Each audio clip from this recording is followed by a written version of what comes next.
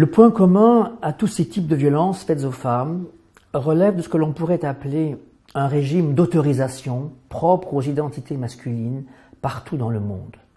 Il apparaît que c'est dans l'autorisation que les hommes se donnent à eux-mêmes que se constitue la triangulation de la violence masculine, qui peut se résumer ainsi. La domination et les violences des hommes à l'encontre des femmes, d'une part, les mécanismes de violence hégémonique des hommes sur d'autres hommes, d'autre part,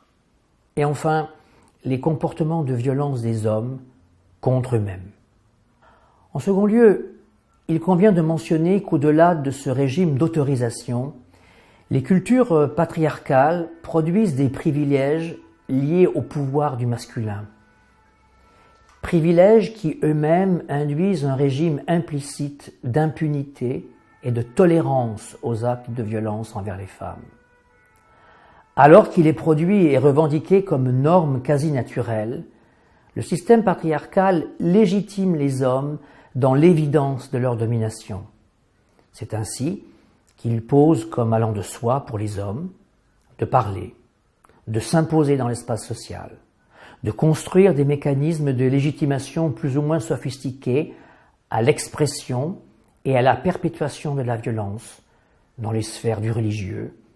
de l'éducation, du social, des arts, du droit, des sciences et des techniques. Dans une sorte de renforcement de ces évidences premières, les actes de violence, quels qu'ils soient, à l'encontre des femmes, mais aussi bien au-delà, vont même jusqu'à être glorifiés, promus et valorisés dans l'espace public. Dans l'espace privé, les comportements violents, s'ils ne sont pas valorisés ou promus en tant que tels, sont ignorés, occultés, refoulés.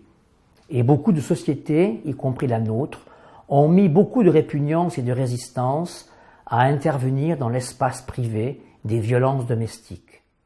Cependant, le vécu de la masculinité est aussi contradictoire. En effet, il serait illusoire de considérer l'univers patriarcal comme univoque,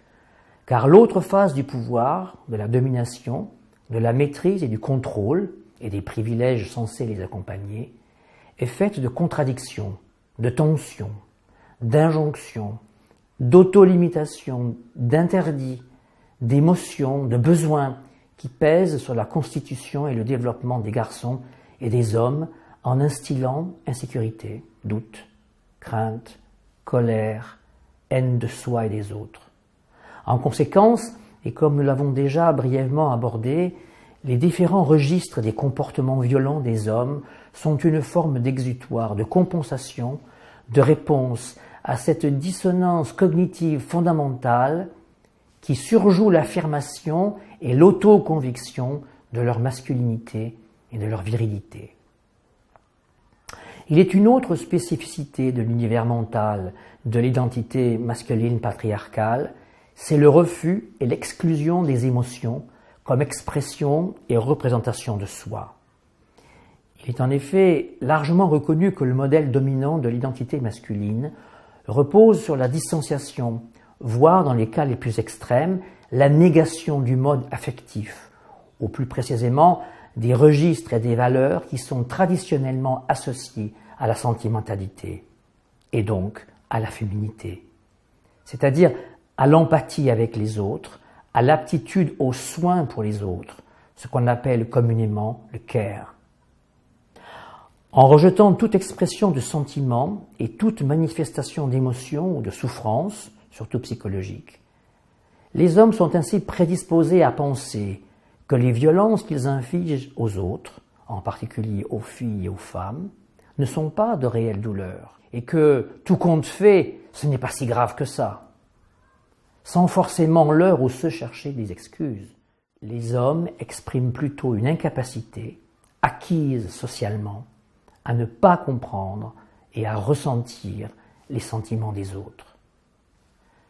Cependant, comme les hommes ne sont pas dénués de manifestations d'émotion et d'affect, quel est donc le registre accepté, le canal utilisé pour malgré tout exprimer les dites émotions et les dits affects? Eh bien, c'est en fait par le truchement de la colère comme structure et mode d'expression.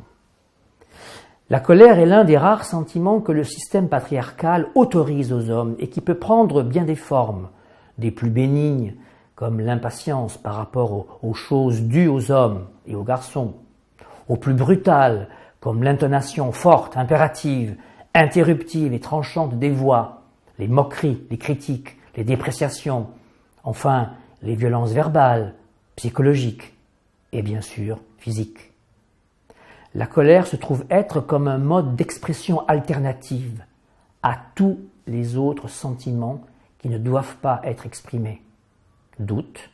sentiment de ne pas satisfaire correctement ou suffisamment aux injonctions à être un homme, angoisse et peur, insécurité, rejet, humiliation, impuissance ou sentiment d'impuissance.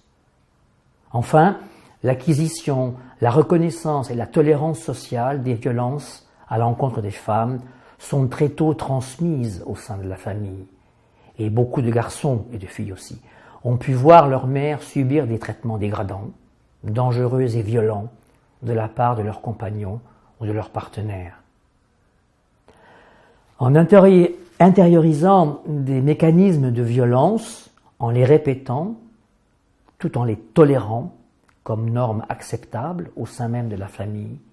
les garçons et les hommes inscrivent la violence dans un processus transgénérationnel qui renforce dans le temps la prégnance du modèle patriarcal et rend plus délicat encore la remise en cause et les questionnements sociaux, à l'école et dans le monde du travail en particulier, de ces mécanismes.